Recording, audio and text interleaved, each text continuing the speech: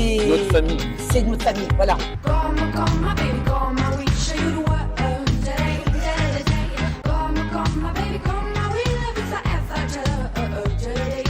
Bonjour à tous, ici Relatio, le pôle reportage du bureau des médias de Sciences Po Saint-Germain-en-Laye. Et aujourd'hui, on est parti couvrir la fête de l'UMA, rien que pour vous.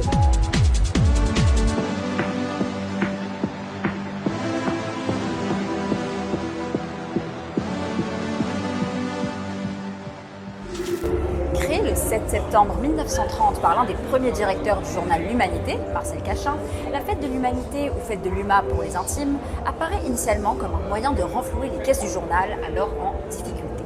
Cet événement annuel qui a marqué des générations entières se révèle tout d'abord comme un grand rassemblement des forces de gauche qui appelait à la lutte ouvrière et soutenait notamment le Front populaire. Annulée durant le régime de Vichy, la fête de l'UMA revient plus forte que jamais en 1945 avec plus d'1 million de participants et tentera par la suite de prolonger l'esprit du Front populaire par des appels à l'unité républicaine et l'unité de la démocratie française.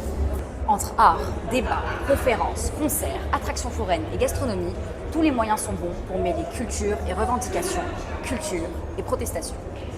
C'est pourquoi, au vu des 120 ans du journal, on peut se demander en quoi la fête de l'UMA et la culture sont des moyens de résistance. Ça, c'est l'affiche de l'édition 2024 de la fête de l'Humanité qui s'est tenue du 13 au 15 septembre 2024. Un point levé, l'espace, la terre, qu'est-ce que tout ça signifie?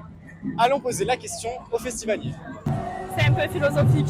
Le point levé, c'est un symbole de liberté et de lutte. Et la fusée, on peut l'interpréter un peu... Pour l'écologie. La terre, ça fait aussi écologie. Faisons le point.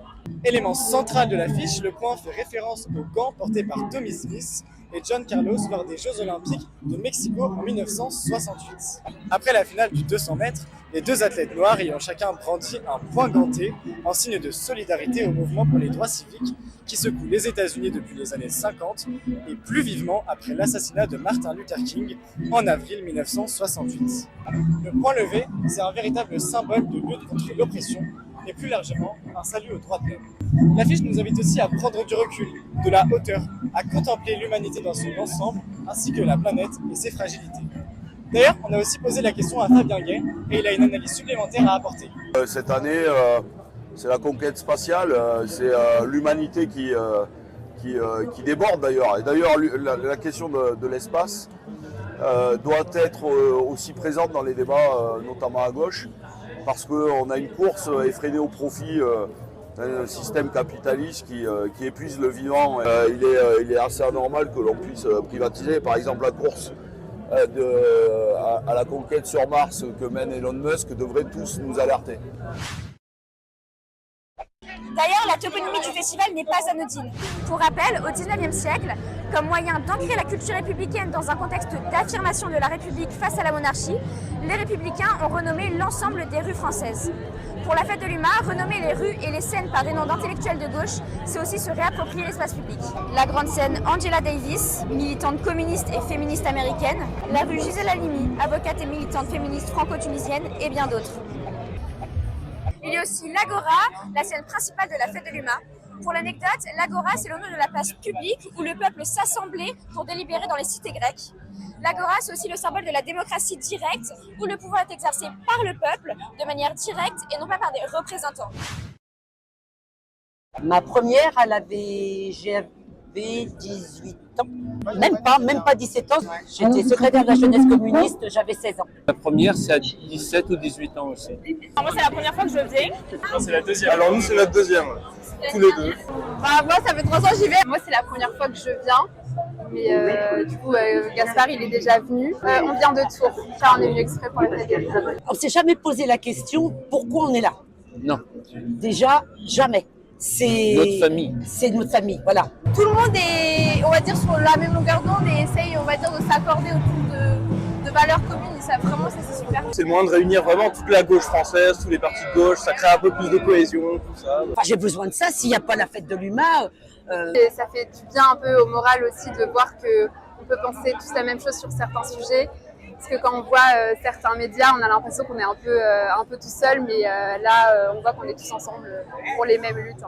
Là, pour l'instant, depuis hier, on a fait, je pense, 50-50 de concerts et de conférences. Perso, je viens plutôt pour le côté politique et C'est pour les concerts, pour les débats, pour les expos, pour les rencontres, pour le bien manger, pour L'ambiance. Surtout pour Angela Davis. Sinon, plus pour les conférences et tout avec les personnalités publiques, du nouveau Front Populaire par exemple. Alors là, on attend Lucie Casté. Là. Dans cette agora, il y a énormément de conférences avec des personnalités politiques. On vous emmène avec nous. Notre but n'a pas bougé d'un iota, celui de participer à la réalisation de l'humanité pleine et entière, en promouvant la justice sociale et environnementale, la paix et l'émancipation humaine. There to be victories against racism, we have to challenge capitalism.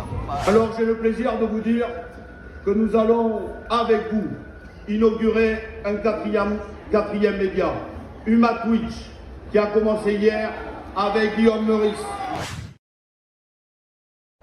En effet, l'Humanité a inauguré ce vendredi sa chaîne Twitch avec une conférence de Guillaume Meurice. Merci beaucoup, ça va les gauchistes? Twitch, c'est une plateforme en ligne de vidéos en direct très populaire chez les jeunes. Avec ce nouveau médium informationnel, l'Humanité espère diversifier son public et démocratiser le journal auprès des jeunes, comme l'a expliqué Sébastien. Aujourd'hui, on est sur un support média qui est encore beaucoup basé sur le papier et qui s'adresse à une clientèle plutôt senior. L'idée aujourd'hui pour se projeter sur une marque et sur un journal comme l'Humanité, c'est d'avoir une nouvelle génération de lecteurs et d'abonnés. Et ça passe par du digital. Et la fête de l'UMA, c'est aussi l'occasion de rencontrer des nouvelles personnes qui peuvent rencontrer les idées de l'Humanité. L'Humanité, c'est plein de conférences, mais c'est aussi beaucoup de concerts qui réunissent plein de spectateurs. Il y a aussi pour les concerts. Il y a aussi que des artistes, pour la plupart, et souvent qui sont engagés et pour véhiculer des messages. Clairement, les vulvas assassines, tous leurs c'est vraiment des hymnes de manif. Donc forcément, évidemment, c'est important, quoi. C'est pas tous les jours qu'on joue sur la grande scène de la fête de l'Humanité.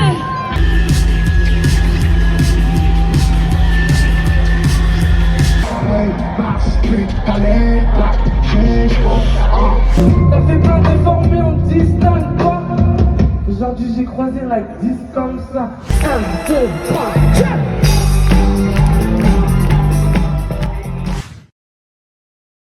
On est à présent dans le village du livre, une des activités phares de la fête de l'UMA, où vous voyez rencontrer des maisons d'édition et des auteurs prêts à échanger avec vous et à dédicacer vos livres.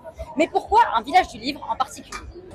Mais la fête de l'humanité, c'est la fête de la culture, de la politique et de l'émancipation humaine.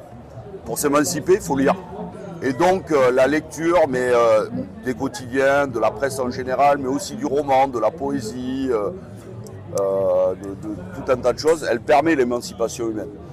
On comprend donc que la lecture est un moyen indispensable de revendication, de protestation et de savoir. Une forme particulière de résistance qui va au-delà de l'espace et du temps. Venez avec nous. Du coup, les éditions Divergence, elles ont été créées en 2016 à Paris. Elles publient essentiellement des essais de critique sociale et politique, des angles autour des questions de genre, autour des questions écologiques. Dans les derniers livres qu'on a publiés, il y a un bouquin qui s'appelle L'art de la résistance de Justus Rosenberg, et qui est en fait une sorte de biographie, d'autobiographie politique d'un jeune homme qui a 17 ans en 1939, qui fuit l'Allemagne nazie, les Juifs. Il vient d'une famille juive, il arrive à Paris au début de la guerre et en fait il va se retrouver pris dans les réseaux de résistance français. Et je trouve que dans l'époque actuelle, c'est parcours de résistance qui résonnent avec beaucoup de choses qu'on vit. Non, il y a un vrai sujet sur la satire politique, puisque c'est un espace de liberté d'expression qui disparaît de plus en plus. On le voit avec le rachat des chaînes par Bolloré, par exemple. Puis, c'est arrivé via mon cas jusqu'au service public. On ne pensait pas que ça allait être possible un jour.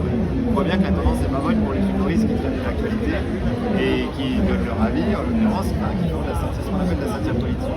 Et puis il y a un sujet sur la culture en règle générale, pourquoi la culture aide à lutter contre les rapports de domination, quelle est la bataille culturelle qui a mené, c'est toujours une bataille culturelle. On se trouve maintenant dans le village du monde, un espace dédié à une centaine de stands qui représentent diverses cultures nationales, qui se côtoient et qui partagent des moments ensemble dans un esprit d'universalisme et d'humanité.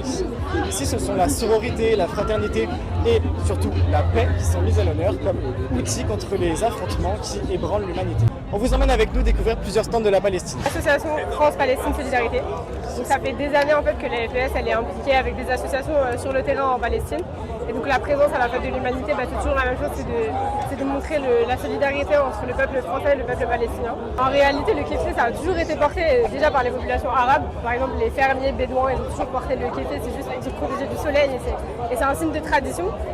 Et c'est vraiment un symbole de cette manière de prendre des éléments traditionnels de la culture et de les mettre en symbole de résistance.